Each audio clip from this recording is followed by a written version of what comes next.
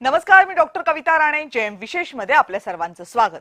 आजच्या जयम विशेषची सुरुवात करूयात बेस्ट विषयानं, म्हणजे बेस्टच्या विषयानं. मुंबईमधल्या बेस्ट बस सेवेची सेवा एकूण किती रसातळाला गेली आहे याचा प्रत्यय आज खुद्द मुंबईच्या महापौरांना आला. विविध समस्यांची पाहणी करण्यासाठी आज मुंबईच्या महापौर रितू तावडे दौऱ्यावर निघाल्या होत्या. या दौऱ्यादरम्यान सार्वजनिक वाहतूक वापरण्यासाठी त्यांनी पसंती दिली. ट्रेन आणि मेट्रोनं प्रवास केला, मग त्यांनी बेस्ट बसनं प्रवास केला. पण नेहमीप्रमाणे बस मध्येच बंद पडली. 20 मिनिटं प्रयत्न झाला पण बस काही सुरू होईना. शेवटी तिला धक्का मारून मारून एकदाची ती सुरू झाली. तोपर्यंत महापौर तिथून निघूनच गेल्या. पण या निमित्तानं मुंबईच्या महापौरांना, मुंबईकरांना रोज कसला कसला सामना करावा लागतो याचा थोडा का होईना प्रत्यय आला.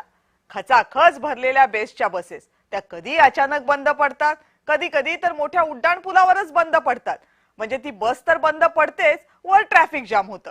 या बसचा प्रवास टाळावा म्हटला तर मुजोर रिक्षावाल्यांशी संबंध. ते नाही करायचं ठरवलं तर फुटपाथवर चालता येत नाही, कारण तिथं फुटपाथच शिल्लक नसतात. ते फेरीवाले आणि पार्क केलेल्या गाड्यांनी व्यापलेले असतात. मग ट्रेन आणि मेट्रो व्यतिरिक्त प्रवास करायचा तर करायचा कसा? प्रत्येकाचं घर आणि ऑफिस हे रेल्वे स्थानकापासून जवळच असतं असं नाही ना. पण याचा विचार करतोय कोण? गेल्या काही वर्षांमध्ये पायाभूत सुविधांसाठी बाजूला ठेवलेला 90 ते 95% निधी फक्त उड्डाण पुलं आणि मेट्रो बनवण्यासाठी वापरला जातोय. अहो, पण त्या बेस्टवर काही 100 कोटी खर्च होत आहेत. हे अतिशय विदारक चित्र आहे.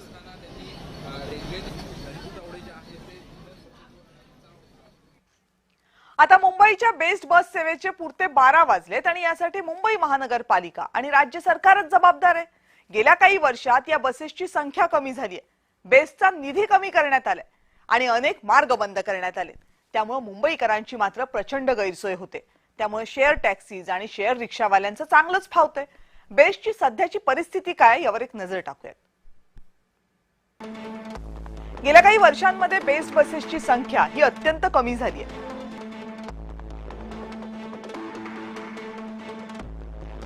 2014 साली संख्या होती 4288, 2018 साली 3337, 2022 साली ही संख्या थोडीशी वाढली. बेस्टच्या ताफ्यात किमान 7000 बसेस हव्यात असे बेस्ट समितीचे अध्यक्ष कृष्णा विश्वासराव मान्य करतात. 2014 मध्ये सर्व 4288 बसेस या बेस्टच्या मालकीच्या होत्या.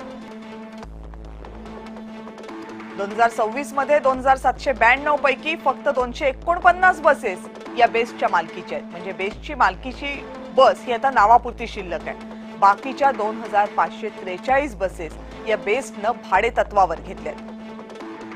भाड्यावर घेतलेल्या बसेसची डागडुजी नीट राखली जात नाही आणि त्या सातत्यानं रस्त्यामध्ये बंद पडतात. नव्या इलेक्ट्रिक बसेसची ऑर्डर देऊन वर्ष उलटली आहेत, पण नव्या बसेसचा पुरवठा हा अत्यंत संथ गतीनं होतोय.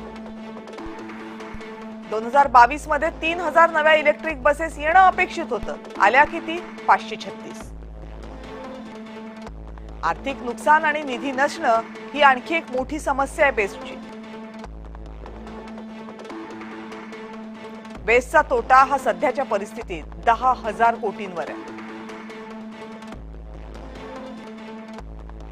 बीएमसी कडून बजेटमध्ये जेमतेम 1000 कोटींची तरतूद केली जाते.